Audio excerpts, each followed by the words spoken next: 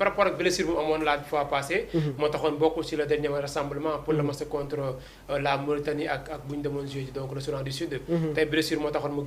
boole wuñu ko ci liste bi. tey bu fekkee wiraat na carrément bu commencé jouer jàppale Aliou Pape Thiaw da koy woo. d'accord Malick Thiaw tamit pourquoi pas tam ñu jëm ko woo en attaque même chose on attend également l'arrivée de Robinho Vaz pour le prochain rassemblement. On va faire une projection damay contourner un peu le milieu de terrain wax nga Robinho Vaz laataa ñu ñëw sur l'équipe type des Sénégalais de la semaine avec Kalidou Koulibaly éblouissant Moussa Niakhaté capital Nobel Mendy encore un super sub attention qui joue en Espagne Djibi je pense que si wàllu boobu tamit voilà je pense que ci wàllu boobu tamit réaction dinañ ci bëri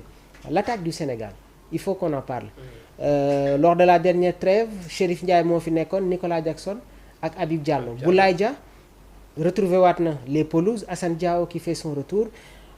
les choix vont être compliqués tamit donc dina am ay joueurs yoo xamante ne forcément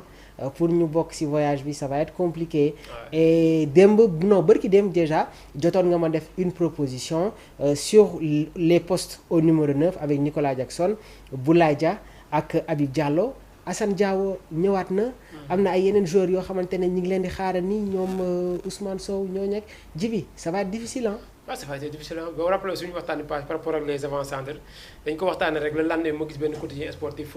def à la une donc c'est sa page les 4 attaquants te maanaam par exemple kii pour le choix numéro 9 de Pape Thiaw donc ça veut dire également donc on était donc dans une bonne dynamique si on en parlait donc ces 4 attaquants là donc tey aujourd'hui tey par rapport ak les 4 en rapport ak rassemblement bu ñu jëm aw ma si souci quoi parce que foofu rassemblement la match amical Pape Thiaw il a l'occasion de convoquer plusieurs joueurs mais problème de CAN un match amical important Djibi waaw important kay très important mooy Pape Thiaw peut-être va donner encore une fois des dernières cartouches à ces attaquants là pour essayer de voir qui d'entre eux va saisir sa chance d'accord man foofu laay waxee quoi mais par rapport nag à la CAN loolu c'est un choix définitif loolu liste définitive lay doon Pape Thiaw boo ko génnee mooy ça il va compter sur ces attaquants yi muy yóbbu au Maroc donc match amical c'est moins grave foofu mën nañ la fa woo nga dem mais taxul nga am place CAN ba donc léegi ñoom kat nañ ñoom il faut daal kenn boo mutul moo fi des kenn moo fi nar a def parce que booy xool y a une polyvalence parce que yow tu as fait ton choix mooy Boulaye Dia Nicolas Jackson ak Habib Diallo sama choix nga wàññi Chérif Ndiaye waaw man sama choix si ñoom 3 avant-centres moom ñoom 3 laa jëloon parce que booy xool derrière am na tuuti polyvalence Assane Diao tamit capable na jouer en tant que numéro 9 exactement Cheikh Tidiane Sabaly même guñ ko en équipe nationale du Sénégal mais tam capable na jouer en mais man loolu Cheikh Tidiane Sabaly même chose ci foofu noonu da nga laal point bu am solo parce que maa ngi ko doon wax Sénégal tàmmul di jouer ak faux neuf donc Pape Thiaw gëw ma ne que dina sacrifier benn numéro 9 am pour jouer loo Sadio Mané au poste d'avant-centre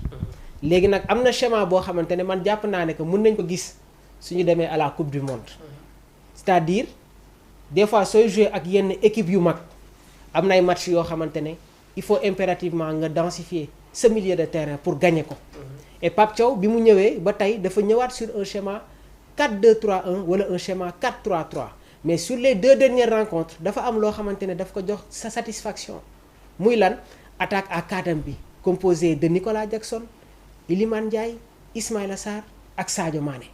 donc fii ak CAN bi je pense que loolu mun nañu ànd ak moom mun nañu continuer ak moom mais par contre suñu demee ci coupe du monde ak yenn équipe yu mag yi je pense que Pape Thiaw mun nañu indil un système espagnol c'est-à-dire jouer avec un faux neuf indi milieu de terrain boo xamante ne day tax ñu am densité ci wàllu boobu mais pour le moment nii jàpp naa ne que il va continuer avec son schéma à 4 donc la concurrence va être derrière au niveau du milieu de terrain parce que am na ay yenn joueurs yoo xamante ne maa ngi la koy wax suñu ñëwaatee ci compétition bi dañuy bokk ci groupe bi muy Habib Diarra ak Lamine Camara. waaw ñoom ñaar bu ñëwee dañuy bokkaat mais man Mamour gisuma tey jii pourquoi ñu war a mën a dem dans une compétition di yóbbu benn 4 numéro 9 man loolu c'est vraiment loolu yàq laa koy jàppee. non 3 la ñuy yóbbu. waaw 3 la ñuy yóbbu moo tax loolu. si les 4 moo tax ma ne sànq foog ñu sacrifier si kenn moo nar a toog bu ñuy dem 4 ñoom 4 duñu dem. Chérif amu ne 4 numéro 9. yow daal loolu yàq la. ñee nga Chérif. te léegi booy xool Mamour gis nga en football. les solutions viennent toujours sur les côtés. te booy xool la plupart des équipes yuy remporter seen i match seen i côté ñooy am benn explosivité bi seen i côté la Espagne muy jël le dernier euro c'est par rapport ak Nico Williams ak Lamine Yamal. une équipe qui a 2 bons arrières excentrés 2 attaquants de couloir pour man ñooñu bu amee explosivité rek c'est difficile pour nga contenir leen après il suffit tout juste rek de mettre un numéro 9 boo xamante ni s'il te met un but sur les 2 occasions wala un but sur les 3 occasions certainement tu as 1000 chances pour remporter tes matchs. La diversité de tactique bi nga xamante ne Pape Bouna Thiaw mi ngi ñu koy proposé maa ngi ko doon wax face à la Mauritanie c'était un schéma 4-4-2 après la ñu indi ay rectification Nicolas Jackson ak Sadio Mané ñoom ñoo aligné woon Iliman ak Ismaïla sur les bancs bi ñu ñëwee sur les côtés su ñu ñëwee dans la deuxième mi-temps mu indiwaat tamit un autre schéma tactique loolu moo tax le Sénégal était beaucoup plus à l'aise parce que amoon nañu benn attaquant boo xamante ne moom moo doon nekk en relais avec le milieu de terrain permettant encore une fois d'avoir des links entre les différentes lignes c'est une très bonne chose mais comme ni nga ko waxee nii les côtés c'est très important avec les présences de Iliman Ndiaye ak Ismaïla Sarr bi nga xamante ne avec l'équipe nationale du Sénégal on avait l'habitude de le voir évoluer sur le côté droit Pape Thiaw di ko jël di ko jouer sur le côté gauche et constat bi ñuy def mooy contre Angleterre sax la ñu gën a gis Iliman Ndiaye mu football comme excentré gauche il a donné satisfaction am na énormément de problèmes à Kyle Walker waaye tamit permutation yi nga xamante ne ñi ngi koy gis sur les côtés est aussi une autre arme fatale pour le sélectionneur et une autre équation supplémentaire envers les équipes adverses ji bi waaw loolu gis nañ ko déjà bu mu jumul contre Soudan du Sud la xam contre la Mauritanie Pape Thiaw dafa def permutation entre Sadio Mané ak Ismaïla Sarr Sénégal marqué jël si Ismaïla Sarr yóbbu ko côté gauche jël Sadio andi ko côté droite donc dafa def permutation rek Sénégal marqué donc ça veut dire également foofu noonu Iliman Ndiaye comme Ismaïla Sarr aussi ñoom ñaar ñëpp capable nañ jouer sur les 2 côtés Ismaïla Sarr aussi tamit parfois il est dangereux s'il joue en tant qu'excentré gauche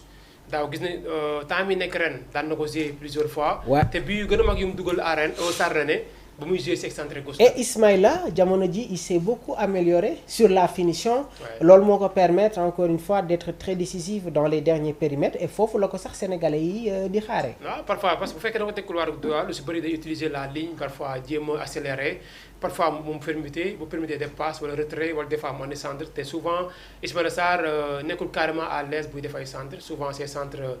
du ko appliquer carrément moo tax man pour moom boo ko tegee excentré gauche le fait que mu replié wu rek am na tànk bu diis parfois mu essayé camp yi parfois aussi tam mu jéem a jouer avec en coordination avec les 2 autres attaquants moom pour man foofu sa la gën a tranchant que boo ko tegee centre droit Kalidou Fadiga après Rahman Bari on avait un milieu offensif aussi comme Issa Ba mais Issa était droitier actuellement am na ñaari joueurs yoo xamante ne je pense que dinañ wax ci ñoom muy Demba Seck ak Ousmane Sow est-ce que jàpp nga ne que tey jii nii Ousmane Sow wala Demba Seck bi nga xamante ne déjà jotoon na am des convocations sous l'ère Aliou Cissé ñu ñëw rejoindre li nga xamante ne moom mooy la tanière waaye joueur bi nga xamante ne nag ñi ngi koy tudd fan yi muy le jeune Ousmane Sow yaa ngi koy wax Ismaïla actuellement il a cette qualité de frappe cette frappe puissante waaye Ousmane Sow tamit gis nañ ne que c'est un bon tireur et à chaque fois qu'il est sur le côté droit il n'hésite pas à répliquer dans l'axe et aussi je pense qu'il a cette technicité qui lui permet encore une fois d'avoir li nga xamante ne moom mooy cet équilibre waaye tamit cette aisance sur la finition ji. après man les deux soit kenn war na mën a ñëw si le prochain rassemblement des Demba Seck wala Ousmane Sow Demba s'il fait son retour dañuy jàpp ne c'est normal parce que tamit à un moment donné amoon na confiance sénégalais yi benn instant donc mu disparaître parce que amatul woon temps de jeu du côté de Torino je pense donc mu nekkoon des complications yoo xamante ne amoon na ko. c'est ça bon tey jii fekkee commencé na retrouver également du temps de jeu. tey tamit il est normal tey mu mën a ñëwaat ak équipe nationale. Ousmane Sow aussi tamit si un jeune sénégalais mi ngi performer nekk benn club en Europe. tey l'occasion parfaite mooy nga woo ko jéem ko essayer comme ni ko France di defee comme ni ko Brésil di defee comme ni ko yeneen nations yi di defee te tamit fekkee ne moom it ñëw na si le prochain rassemblement également du bett sénégalais ba tamit c'est normal pour mu ñëw ñu mën koo xool te l'occasion la également sa Pape Thiaw bu fekkee woo na ko mu ñëw te fekkee gérer deux matchs amicaux tey di nga ko mën a évaluer très bien te bu fekkee dox na di nga xam bu fekkee doxul aussi tam boo ko génnee dinañ xam ni kat dafa doxul moo tax nga rocc ko quoi def sa prochaine liste CAN yóbbu woo ko bàyyi ko fi mais bu fekkee dox na tamit booy dem CAN war nga ko mën a yóbbaale war nga ko mën a yóbbu jibi gars yi ñu ngi ñuy bàyyi xel bu baax alors dañuy jàll déjà sur le week-end des joueurs sénégalais donc team of the week dañ leen di jox déjà li nga xamante ne moom mooy les joueurs qui font partie de cette équipe type avec le jeune Ndiaye dans les buts Koulibaly Moussa Niakhaté au niveau de la charnière centrale Nobel Mendy ak le jeune Ousmane Diao au milieu de terrain Diop buy football ci équipe bi di 3 Crépin Diatta. Mohamed Diop ancien joueur de Dakar Sacré-Cœur 3 xam mu nekk 3 léegi. voilà ak tamit Demba Seck bi nekk Partizan John Lopi qui fait son retour moom mi ngi football Almeria et en attaque ñu am Silla ak ki nga xamante ne moom mooy Ñing dañuy koy commencer joueur par joueur. xam naa ne que tu es tout le temps yaa ngi topp l'actualité des joueurs sénégalais yi nga xamante ne ñi ngi football dans le championnat européen. Déjà comme ni ma ko waxee woon sànq rek avec un Kalidou Koulibaly éblouissant, Moussa Niakhaté capital, Nobel Mendy encore un super sub. Alors plusieurs footballeurs sénégalais se sont illustrés dans les championnats étrangers au cours de la semaine écoulée. Kalidou Koulibaly, Moussa Niakhaté et Ousmane Diao ont surtout brillé en coupe continentale. Loolu moo tax nag il compose avec Nobel Mendy une défense très solide dans cette team of the week disposée en 4-4-2. dañ siy ñëw déjà dans le championnat norvégien donc Sarpsborg voulait faire un grand pas vers le maintien samedi en accueillant équipe bi di Oslo. C'est chose faite grâce à une excellente participation de